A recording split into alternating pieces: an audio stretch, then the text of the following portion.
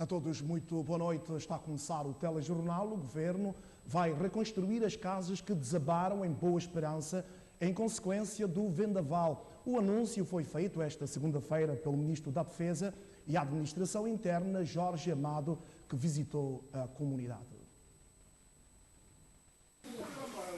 É o resultado de chuva e trovada deste domingo. Na comunidade de Boa Esperança, antiga dependência da empresa Agostinho Neto, 5 famílias ainda encontram-se desalojadas. De ontem para hoje, eu e minha família, e tem uma minha filha que vive cá, tem em casa, e nós recolhemos a ela lá onde nós estamos a dormir durante esses dias. É triste para o povo santomense, por estar sofrendo nesse problema de casa, o vento cai, a casa está verde, a casa há muito tempo. A TVS apurou no local que alguns dos familiares sinistrados foram esforçados a abandonar o local em busca de acolhimento noutras localidades. O que a gente quer é casas rápidas, porque a gente está tudo apertado. Não tem como viver dentro de casa assim, apertado assim. Quer dizer, está a dizer a nós que algumas pessoas que não têm família tinham de afugentar daqui? Não, foi em outra zona, porque família aqui não tem ninguém para recolher. Ao todo, são 2 pessoas que se encontram hospitalizadas devido à queda da casa. O governo afirmou esta segunda-feira que o problema será resolvido e que já há financiamento para a construção das infraestruturas. O governo tem disponibilidade de algum meio financeiro que só falta desbloquear para poder vir cá e fazer novas instalações para albergar as pessoas que estão cá na situação que está. Portanto, vim cá para transmitir essa esperança à população daqui e manifestar a nossa solidariedade. Brevemente, quando digo brevemente, é mesmo brevemente, não vem cá para iludir ninguém, sabemos onde temos o financiamento. A data para a reconstrução das casas comboio em Boa Esperança não foi anunciada, mas o titular da Administração Interna adiantou que o PRIASA 2 terá com participação na construção das casas. Um anúncio que deixou a Câmara de Estado de Lobata satisfeita. Há responsabilidade da parte do governo, é um governo empenhado em tentar resolver os problemas difíceis. 9 de abril de 2021 já tinha acontecido por meu acidente e de lá para cá até então não houve nenhuma responsabilidade da parte do governo cessante. Portanto, o que eu pude constatar quando eu frisei o processo junto ao ministro como uma preocupação enquanto presidente da Câmara de Estado de Lobata, preocupado com a população, é uma população que merece todo o carinho de qualquer governo. O governo anuncia a reconstrução da casa comboio de Boa Esperança. O Japão ofereceu a São Tomé e Príncipe 2.800 toneladas de arroz, uma oferta que servirá para reforçar a segurança alimentar no país e cujo fundo de contrapartida deverá ser utilizado para o apoio em áreas fundamentais para a sociedade são-tomense.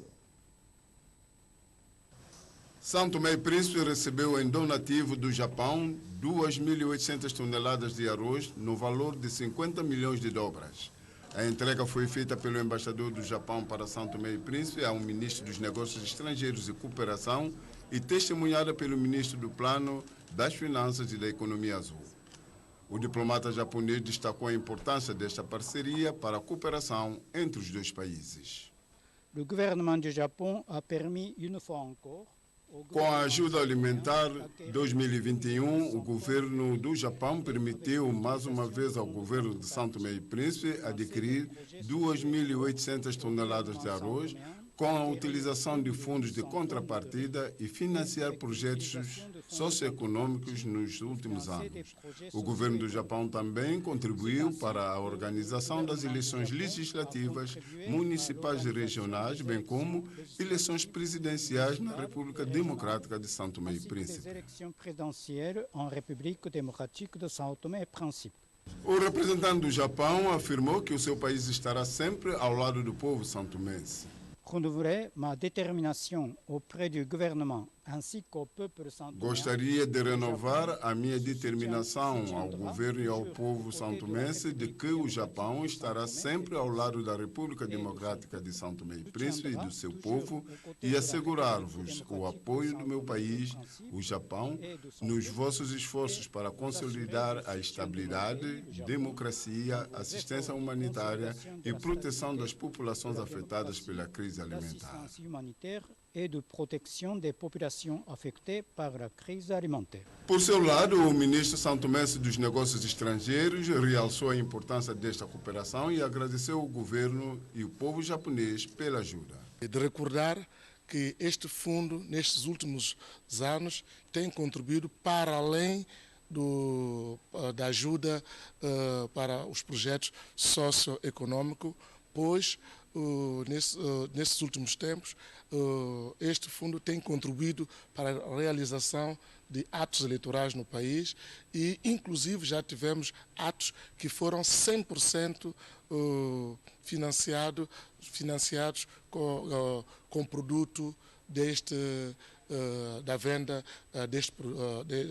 deste arroz. Portanto, mais uma vez, gostaria de agradecer ao senhor embaixador, ao governo do Japão e ao povo japonês por essa preciosa ajuda.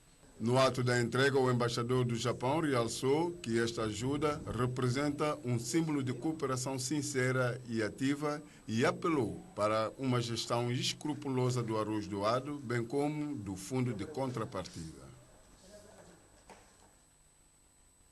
O arroz doado pelo Japão não deverá ser vendido por um valor superior a 20 dobras, afirmou o diretor de Comércio e Indústria. Este responsável avançou ainda que diligências estão em curso para solucionar o problema de infestação a que foi sujeita por parte do arroz recebido. Parte do arroz chegou ao país infestado e procedimentos estão em curso para solucionar a questão. A própria agência nos identificou que haviam cerca de 16 contentores que estariam ainda no porto e que estariam infestados.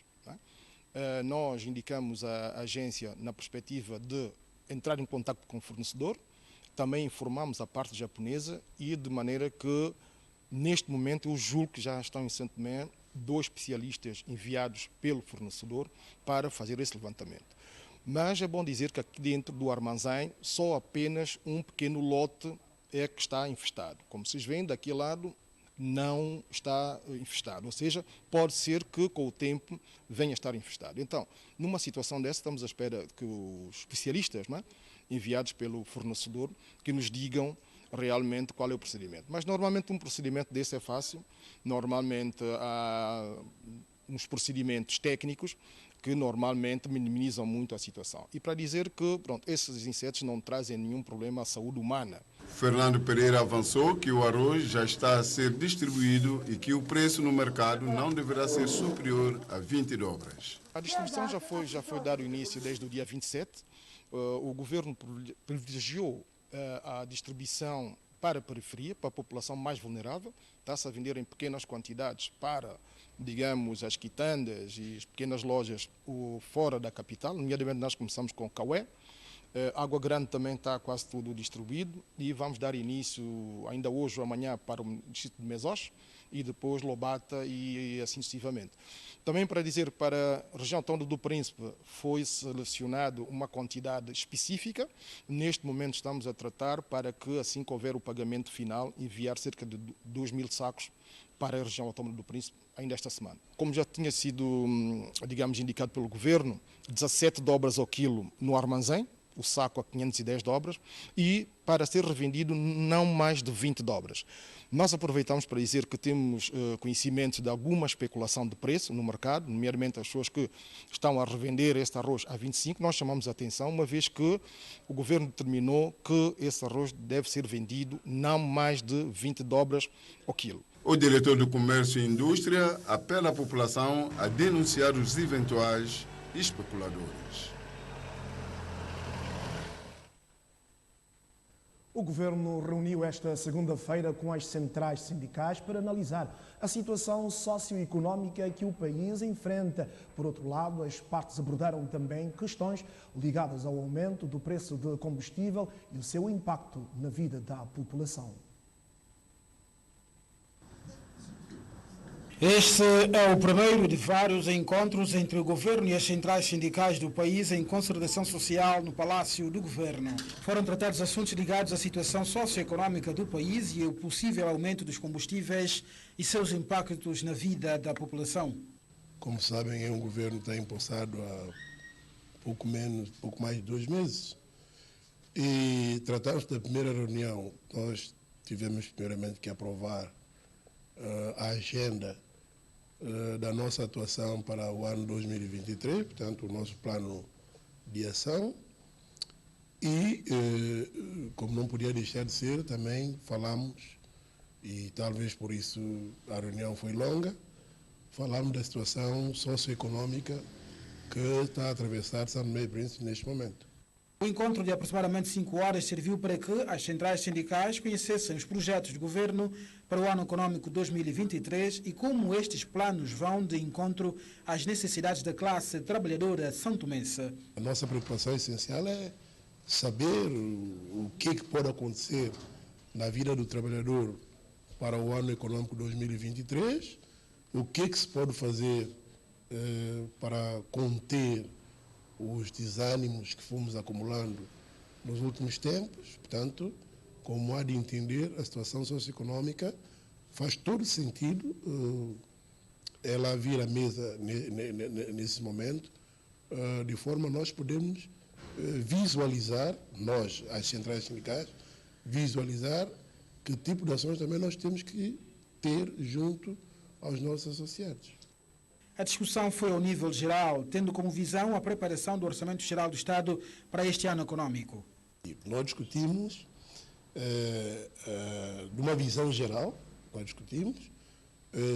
como sabe, o orçamento está em construção, ainda temos até final de março, abril, para nós falarmos de forma mais concreta sobre esses acordos que nós fomos assinando com o anterior governo. Portanto, falando concretamente de salário.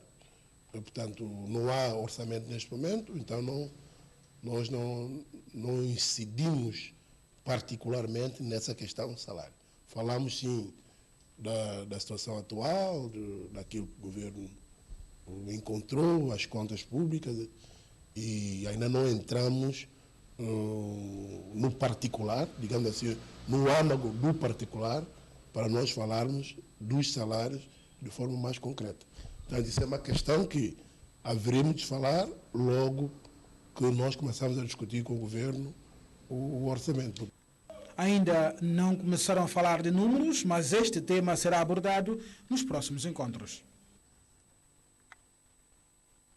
A Ordem dos Técnicos Oficiais de Contas e Auditores, OTOCA, e a Ordem dos Revisores Oficiais de Contas de Portugal rubricaram esta terça-feira um acordo de cooperação. O protocolo contempla a formação dos quadros da OTOCA. O acordo foi rubricado pelos bastonários da Ordem dos Revisores Oficiais de Contas de Portugal e da Ordem dos Técnicos Oficiais de Contas e Auditores de São Tomé, OTOCA. Uma relação que vai começar, tendo parceria, em que todos os associados estarão a contar a ganhar, sobretudo na ótica de formação. Este projeto que a OTOCA tem de qualificação dos seus profissionais será um processo vencedor e que irá trazer enorme mais-valia.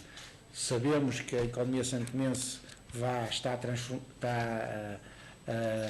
a sofrer alterações a nível legislativo fiscal, que irão trazer novos desafios para os profissionais destas áreas, da contabilidade e da auditoria. Com esta assinatura, as partes pretendem fortalecer a atividade dos profissionais de contas e auditores de ambos os países. A reivindicação de uma cedência de passagem na zona de Caminho Novo levou a um indivíduo a partir o muro de vedação do seu vizinho. O lesado pede a intervenção das autoridades. comprei terreno. Ele disse que aqui não manda, quem que manda é ele. Ele disse que pode se queixar. Adelson Bonfim comprou o terreno há mais de 20 anos. No mesmo lugar construiu a sua residência. Esteve um tempo no estrangeiro e quando regressou decidiu vedar o quintal de chapa e assim o fez. Uma obra que não foi muito bem acolhida pelos vizinhos que o acusam de ultrapassar o limite do seu terreno. Quando eu construí, eu fiz o cercado do quintal, ninguém me complicou. Depois fiquei um tempo lá fora, quando eu voltei, eu pretendi de pegar o cercado, porque o quintal ficou todo disperso, pretendi de pegar o cercado para endireitar o cercado. Peguei o cercado, endireitei, meti a vedação da chapa. Já tem coisa de 2 meses e tal, o vizinho não me falou nada. Quando eu fiz um levantamento do cercado, quando eu levantei o cercado, a vedação do quintal, não me falou nada. Depois, coisa de 2 semanas, eu estou no trabalho, a minha filha me liga, diz que está a partir a vedação do quintal. É o que fiz. E fui, depois eu liguei no meu irmão, e dei um pulo, liguei no meu irmão, ele me falou, Adelson, já que está acontecendo isso, você não pode ir lá, porque isso é um bocadinho complicado. Dei um pulo no comando geral, daqui da Uganda, eles me falaram assim, e para caso maneira que está a correr, eles não podem concorrer aqui, porque aqui é minha Jorge. Eu também aceitei. Depois eu liguei na minha esposa, também foi ao encontro de mim, e fomos agora para pagar um táxi para ir para a Trindade, porque Trindade que é o distrito de meu Jorge. Já no caminho para ir para a Trindade, enquanto um amigo, um conhecido meu que é pastor de polícia. Depois ele me disse assim, então agora no momento eu vou ligar a partir daqui para a Trindade para ver se manda mais equipe para vir para aqui para ver resolver a situação. Ele liga 2 vezes, ele liga, o comandante lá atende e diz, não, fica à vontade, pode voltar no sítio. Tá bom, eu e a minha esposa, meu irmão, voltamos no sítio. Quando chega aqui no sítio, à espera da autoridade, eles não vêm. Segundo o mesmo, os vizinhos agiram derrubando o seu cercado a mando de uma equipa da Polícia Judiciária e da DOP. Seguinte, quando eu fiz uma queixa também fiz uma queixa para mim no PJ. Parece como lá, parece que tem um amigo lá dentro, chamado o seu Beto, de agente do PIC, o seu Beto. Quando eu chego lá no PJ para responder, chega lá explicar a situação, o seu Beto nem me deixa falar. Diz não, aqui no PJ, quem que manda é ele. Depois ele diz assim, aqui tem que dar 2 metros, 1 metro, então 80 centímetros. Disse, não, eu tenho documento de terreno, o terreno não roubei, comprei terreno. Ele disse que aqui não manda, quem que manda é ele. Ele disse, eu posso queixar o lugar que quer. Depois nós avisamos o seu Beto, aquilo já está entregue à Ministério Público, ele tem já no meio processo e tudo. Porque esse caso, o PJ não resolve a situação, deixa já com o Ministério Público. Ele disse, não, ele que manda. O que é só, como hoje, que é o dia de hoje, que é segunda-feira, ele me disse para esperar aqui em casa, quer ficar aqui em casa à espera dele, ele veio já com a equipa dele já e tudo, veio com os homens de cadastro, não sei se é homens de cadastro ou não, com pistola e tudo, como se fosse eu que roubei o terreno. Eles começaram a medir já terreno. Eu falei, o terreno nunca se mede assim, porque o terreno, a parte de frente é grande, a parte de trás é pequeno. Ele está dizendo, não, ele é que manda, o que vai ter que partir o terreno. Eu disse, tá bom. O caso já se encontra no Ministério Público, mas a morosidade do processo inquieta o lesado, que procura outras formas de resolver este problema. Eles partiram tanque, mas na verdade fizeram bem ganhar no quintal, partiram e fizeram vontade de como se fosse eles autoridade. Quando eles passam por cima da autoridade, se pais têm autoridade, porque é que assim que tem que tomar medida, é a autoridade. Se o Beto achar que sou eu a autoridade, sou eu que tem que tomar medida, não. A outra parte recusou dar entrevista à TVS, mas em off justificou a ação com a necessidade de haver no local uma via de acesso para viaturas de forma a responder à necessidade de acessibilidade a outras residências em caso de emergência. É o final, boa noite, obrigado pela preferência. Voltamos a nos encontrar amanhã à mesma hora, desde sempre, até sempre.